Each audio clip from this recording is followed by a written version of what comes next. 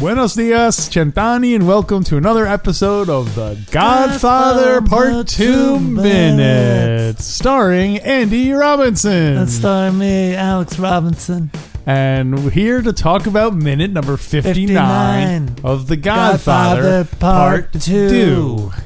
Minute number 59. That's right. Alex, repeat after me. Oh, yeah? What's that? E minuto. Numero 59. 59. You got it. I like that one. That's a good one. You got it. 59. That means 59. In minute number 59 of The Godfather Part 2, young Clemenza is starting to roll up his friend's rug so he and Vito can bring it home when suddenly, without warning, there's a knock at the door. We see the silhouette of what appears to be a policeman peering through the frosted glass. Clemenza cocks his pistol and prepares to shoot until the officer loses interest and wanders off. Yeah. Why? That's a fun minute, Alex. Why do you think Clemenza is only taking the rug? Oh, that's right. You had all these rug. Oh yeah, I have some rug trivia. You had a lot of rug news. A lot of we call that rug news. Rug news. Uh-huh. Is that like a 4-minute special spot on 60 Minutes? This is like rug news. You had all kinds of rug info. Rug research. Rug research. I do have some rug research. Do you want me to do it now, or do you want to? No, okay. Talk. Okay. So you asked, why does he only take the rug? Like, this is clearly a well-fashioned apartment. Why is he only, like, there must be jewelry, knickknacks, rare paintings, sculptures. Well, sculptures, you're gonna get busted.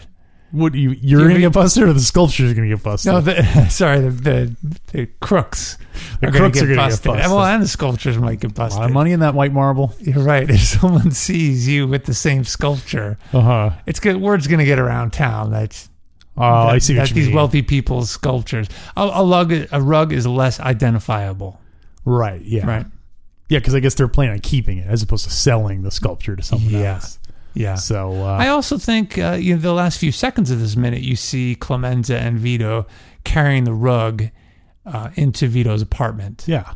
And it's a long rug. It's a 2-man job. Sure. That's why I think they only take the rug.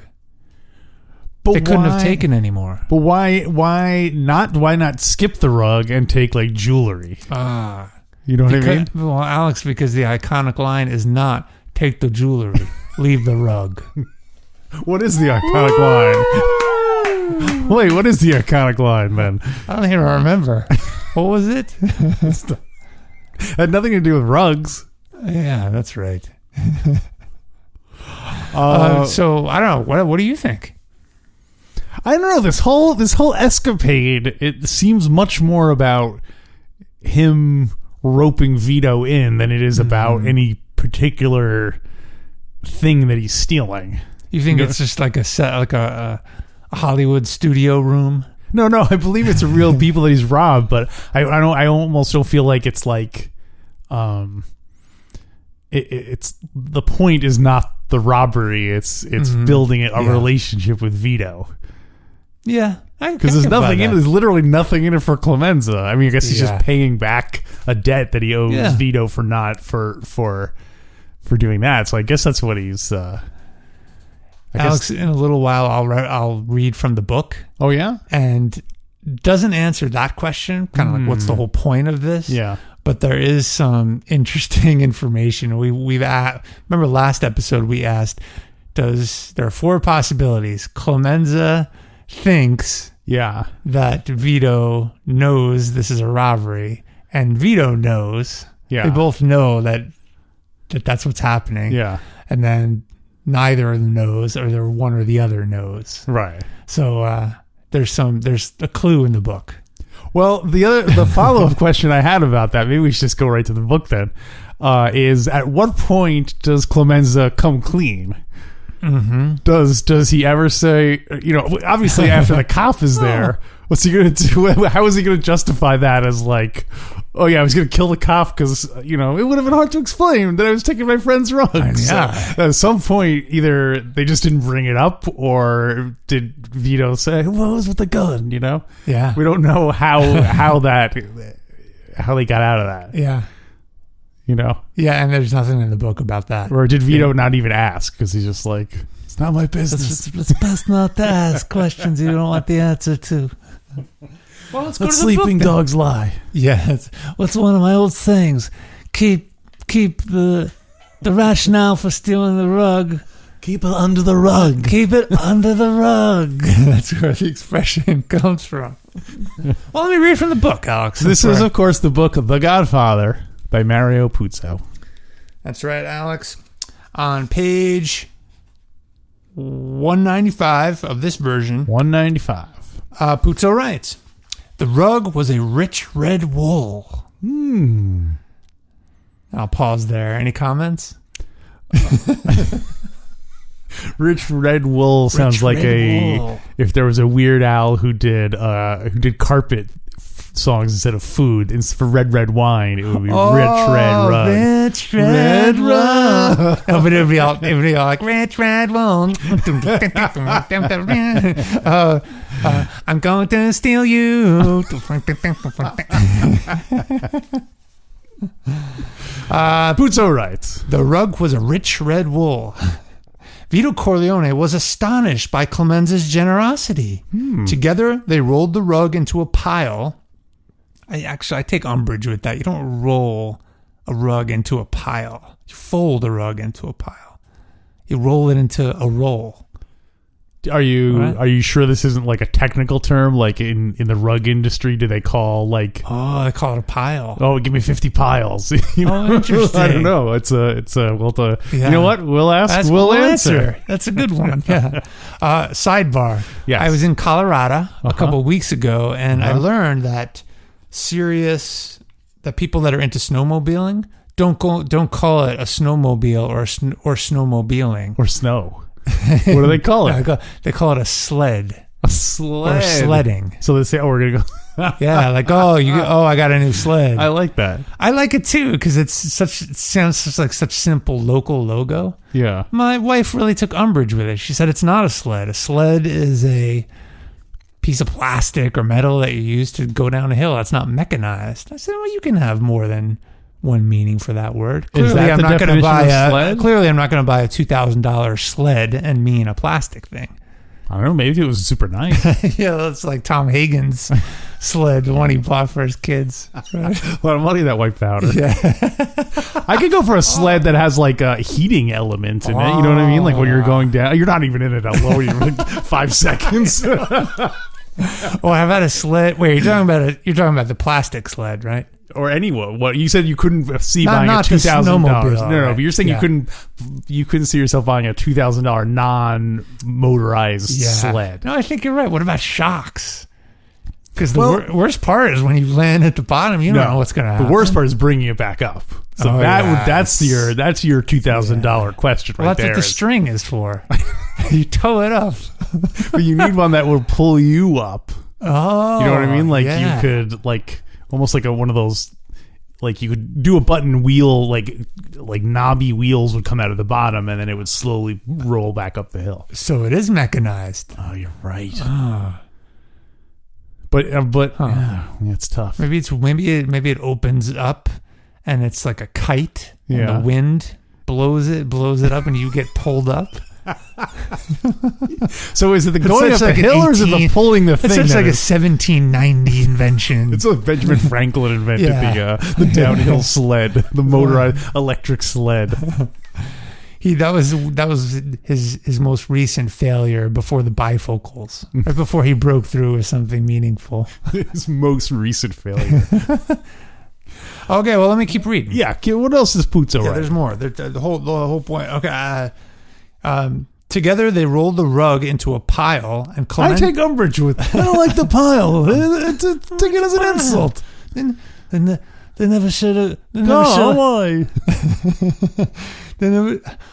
Man, you keep bringing up these things. We were on vacation last week, and we were at the mercy of local Tacoma, Washington local TV channels. Wow. There's an episode of Gomer Pyle on. Wow. Yeah. Huh. It's terrible. Really?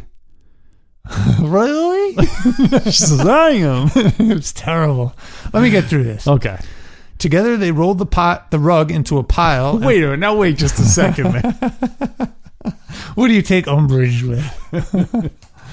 And Clemenza took one end while Vito took the other. Oh, okay. That seems They pretty... lifted it and started carrying it toward the door. At that moment, the apartment bell rang. Ding dong. Clemenza immediately dropped the rug and strode to the window. He pulled the drape aside slightly. The drapes or the curtains? The drape. Oh. It's behind the drape. He pulled the drape aside slightly, and what he saw made him draw a gun from inside his jacket. Shing. It was only at that moment the astonished Vito Corleone realized that they were stealing the rug from some stranger's apartment. Whoa. That's funny. Yeah. Oh, but wait, I just remembered in the book. Wait a second. Remember in the book, Clemenza had the key. Oh, he did? Yes, that was a big difference. Oh, that is a big difference. Yeah. Yeah. Seems like that would be a warning sign if somebody's jimmying the lock open. I think Vito would have failed Clemenza's test. He's just like, are we stealing this rug? He's like, you're just figuring it out now, Vito? All right. You go back home. You're too stupid. You be my concierge. Let's see. The apartment bell rang again. Ding dong dong dong. Vito. Ding, ding, ding, ding. Vito. What is the name of that song?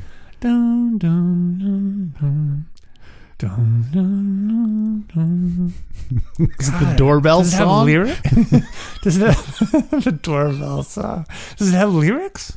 Or like, is it a classical thing? Anyway, we'll ask. I don't know how we're going to search that. How do you search that? I guess what is the popular doorbell tune? Yeah. Well, you know what? It might be in the digital. You might be able to search it in the digital version of the good old days. People don't use doorbells anymore. Yeah, that's why in the good old days they'll have an archive.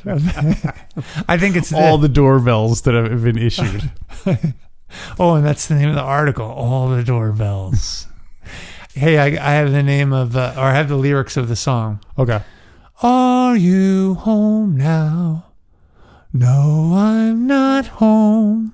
Why do you answer in the negative? I'm not getting the pitches. Are you It's raga. home It's like raga.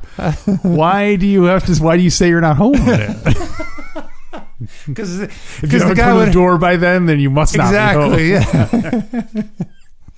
It's are you home now? I'm not home now. All right, let me wrap this up. All right. Well, just like the rug. Wrap it up. Vito went up alongside Clemenza so that he too could see what was happening. At the door was a uniformed policeman. As they watched, the policeman gave the doorbell a final push. Ding, ding, ding, ding. I thought you were going to go all modern. That's modern? I wouldn't say that's modern. Modern like a for 40s. Oh, yeah. A futuristic doorbell. Clemenza, stop ringing the bell. Let's see. As they watched, gave the doorbell a final push, then shrugged and walked away down the marble steps and down the street. Good job, officer. Mm-hmm. Clemenza grunted in a satisfied way and said, his buffalo head, and said, "Come on, let's go." He picked up his end of the rug. That's not young Clemenza. Come on, let's go. We never talked about why his voice changed over a few decades. Yeah, it's just wear and tear, cigarettes. He's like really high pitched here. How old is he? He's not a teen. Well, let's see. This is 1917. Mm-hmm. And GF1 starts in 1945, so it's 30 years roughly. Okay, I think it's. He's like late teens.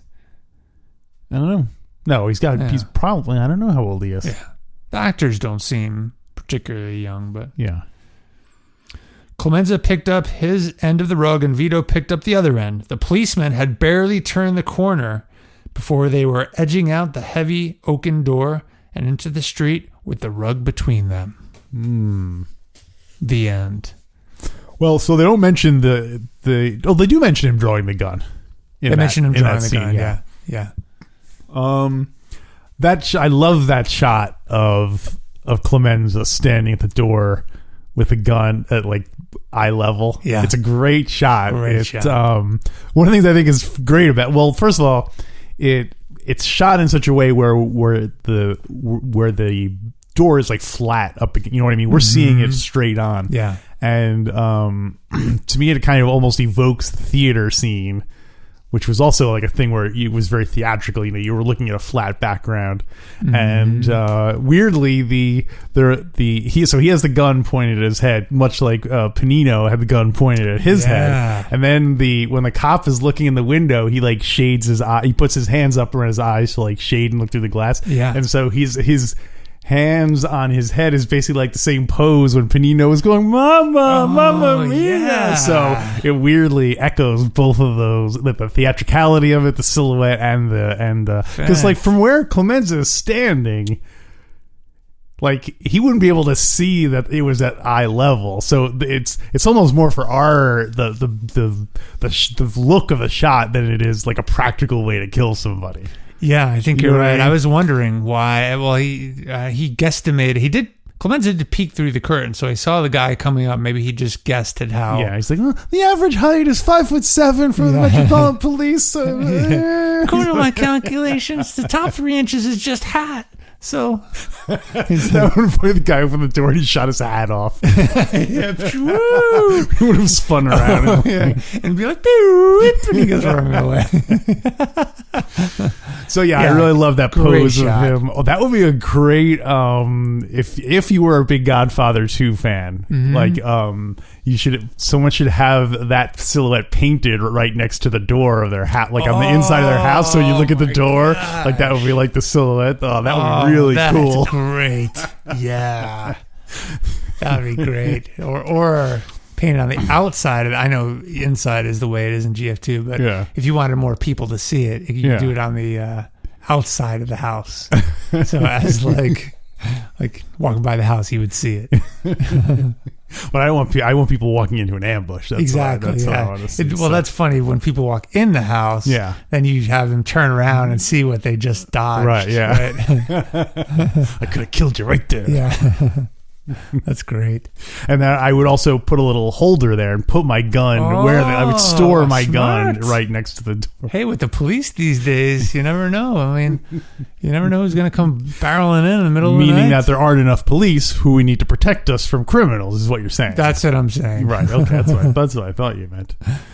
What else you got for the minute, Alex? Well, I had another thing about the shot. Oh yeah, so all during this. So first of all, before it happens, when young Clemenza's rolling up the rug, Vito, there's like a painting there with like a blanket over it, and Vito lifts up the blanket to look at the painting. Yeah, I'm kind of surprised at that because that seems very nosy for Vito. Vito's normally it's not my business what you're painting. You understand? You know what I mean? Yeah. I don't feel like older Vito would have done that. Interesting. But even though it's a small thing, who cares? But it shows or I don't know, maybe it doesn't just show his curiosity and not sure. Yeah, interesting. That's really I noticed that, but I thought it was a cool detail, but I hadn't thought about what it meant. Right, the significance of it. Yeah. Hey, I got a question. Why did the policeman come? We don't know. What do you think? In the movie, the window is broken, right? That's how he gets inside. So maybe the policeman saw it and came over.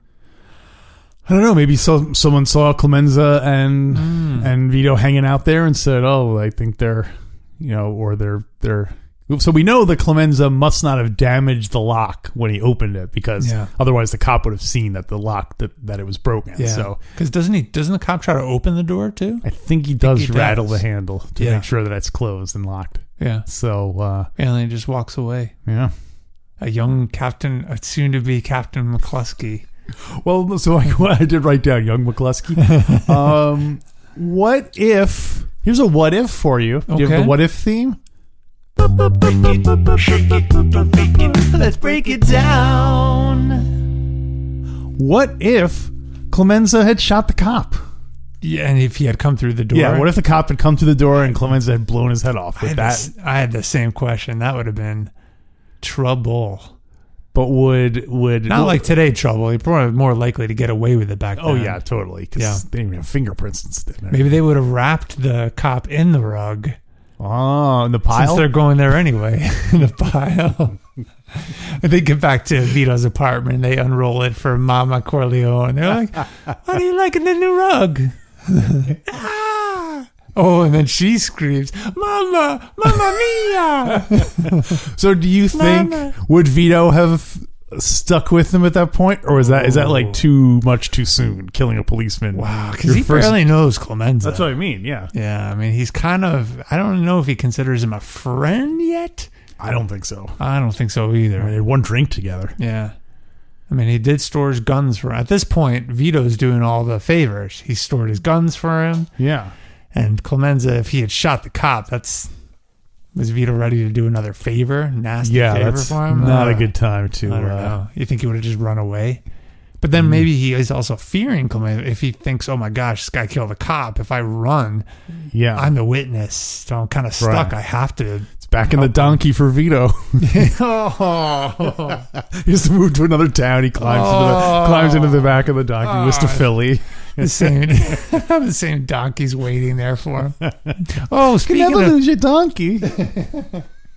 Hey, speaking of donkey, I got to go back to the book because recently in one of our episodes you asked what Vito's connection was to the Abandando family, right? Yeah. And we couldn't remember. There was possibly the theory that they were cousins or somehow knew them back in the old country. That's right. And or if they were, exactly, or relatives. Puzo writes, page 192, the 12-year-old Vito was hidden by relatives and shipped to America. Okay. There he was boarded with the Abandandos, whose son Jenko was later to become the concierge to his Don. Concierge. So they just say he was boarded with the Abandandos. So it doesn't seem to be a blood relation. No. Maybe he was... Or at least it wasn't mentioned. Maybe he worked for them, even as a kid, doing things. I have to assume Although boarded makes it sound like they were paying to have... Vito or his family was paying to have him stay there. I wonder. Because I can see also boarded being like part of your payment is you get bored. You get to, you get to live in the stock room while you're working here or whatever. So not a bad gig for a kid who's got no family in the new world. And they taught him English and how to read, presume. Although we still haven't settled that whether or not he does know how to read. We don't know yet. Yeah. Mm-hmm. No, never teach him how to read. What else you got? Well, so you have a lot of rug theory, I know. Well, so the other question was, has Clemenza? We assume Clemenza has killed before. Oh, yeah, I think so. Because he doesn't seem concerned about his first killing being a cop. You know what I mean? Yeah. Do you think he's killed cops before? Whoa. And it is funny that we do see he is the one who trains Mikey on how to shoot a police officer. Yeah, that's right. Yeah. So he might have more experience with it than we might want to think about. Yeah. So, damn, I never thought about that. Yeah. There's your rug theory. There's your rug theory. When you're going to confront them, stand right next to the door with your hand next to where his head would be. Just picture his head there, and then that's where you're going to shoot as soon as that door opens. And don't take any chances. Shoot him once in the head and a second time on the cap and get it to spin it around. All funny like. Do it now. When I get there before the end of the month. So yes, young Clemenza. Do you think when they're removing the rug from the apartment... Yeah. He gets a big rug and they're both on one end of it. Clemenza's like, Vito, watch the door when you're backing out. Or when he was backing out, he like bumped into one of the kids, and that's where Clemenza was like, learn the lesson. Like, I gotta always warn. Yeah. Always warn your partner to watch out for the kids when they're backing out. When they're backing out. Remind me to ask you about Marlon Brando later. What about him? I guess let me ask you now. Yeah. Don't forget to ask me about Marlon Brando. Thanks. I was listening to Bill Maher apparently has a new podcast called Club Random. Ugh. No, not interested. Well, I mean, I don't particularly like Bill Maher, but Okay. I'm also, being an old school podcaster, I'm like, if you're famous enough where your name is selling a podcast, you shouldn't be doing a podcast. You know what I mean? Where your name is selling? If people are like, oh, Bill Maher has a new podcast, you shouldn't be doing a podcast. Like, a podcast should be something where you know about the show first. Like, I don't like famous people doing podcasts, basically. How come? Because it seems like it's hard enough getting like attention to your podcast without like people who are legitimately famous coming in and being like, I'm going to soak up all the soak up all the stuff. So it's just a territorial thing. I get it. Yeah, I take it as an insult. Yeah, of course, unless he wants to have me on the show, in which case he's really doing great for the podcast community. He's really he's not just doing this as a publicity thing. He might. He just might. Well, the thing is, he does this. He does not politically incorrect. He's got his show, Real Talk. Mm-hmm.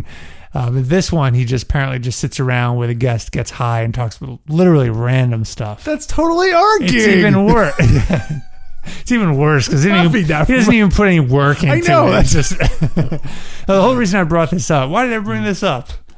Oh, because he referenced a Marlon Brando movie. What's the movie where he plays a captain? It's a Mutiny on the Bounty. Mutiny on the Bounty, right? Yeah. Apparently, he started the movie playing one character, and then after they were filming, he realized that he wanted to be playing the other character. I don't recall that. And it was Quentin Tarantino, the guest on the show, and they both said it as if it was that's true. Oh, and it happened. Weird. Yeah. I don't know that one. I know it was a troubled production, but I never heard that it was because Marlon Brando switched characters. Yeah. Because originally he was the villain. You know what? We'll ask, we'll answer. We're going to get to the bottom of this one. Yeah, we got to get back to it. And it was all in the context of people wanting to be the hero in the film. Because apparently he was originally a villain. And I don't know if that's why he insisted on changing rules, but they suggested that was the reason. Wow. Yeah. We'll ask, we'll answer. Oh, I got a lot. Got a lot of wah-wahs. By the way, I put those as wah-wahs in my notes. Speaking of which, I saw a movie with a Godfather actor in it. Okay. And that movie was called Jack and Jill. Oh, you asked me to remind you about that. Which Adam Sandler stars Adam Sandler as Jack and Adam Sandler as his annoying twin sister, Jill. Oh, my gosh. And absolutely, you watched it? Tony Consiglio, former Sicilian interpreter Tony Consiglio, and I watched it. And Al Pacino is in it, playing himself, and he falls in love with Jill. He falls in love with Adam Sandler playing a woman, and he's totally like.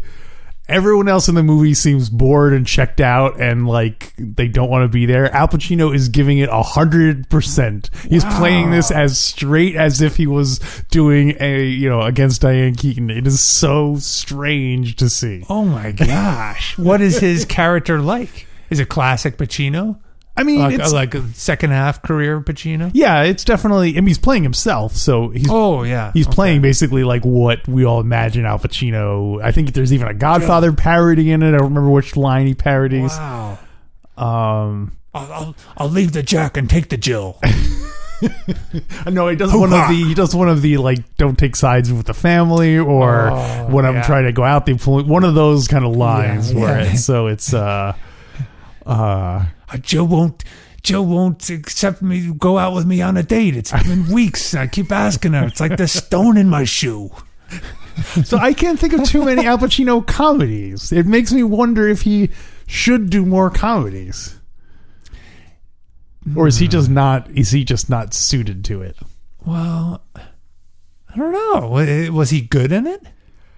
It's hard to say. It was just so strange that like.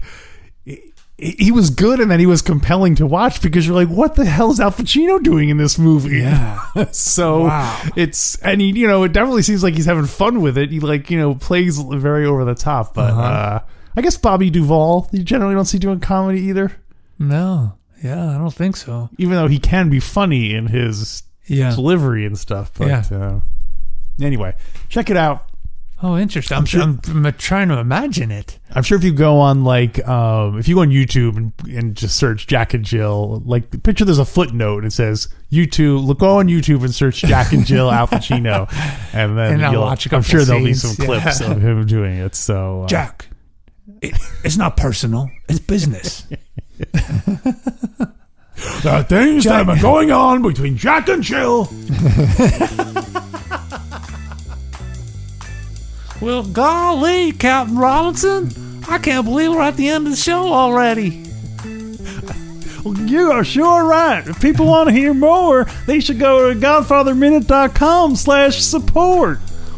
Well, golly, I didn't know that they could listen to more content. Sure, you can get extra content on Monday and Tuesday and Thursday. No!